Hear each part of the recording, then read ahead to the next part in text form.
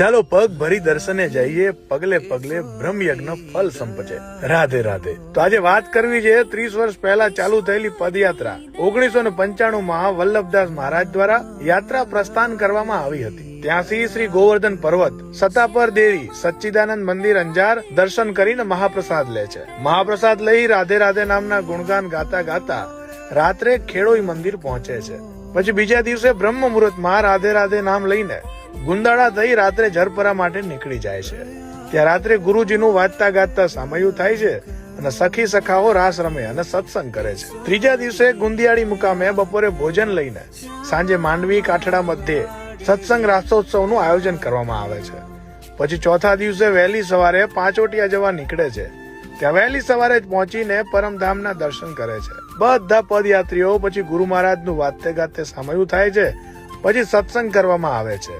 આમ આ 4 દિવસની યાદગાર યાદો સાથે પદયાત્રા પૂર્ણ થાય છે। આમ આ 4 દિવસની યાત્રા આવનાર વર્ષમાં ભક્તિભાવ સાથે વર્ષનું પ્રારંભ કરે છે। રાધે રાધે।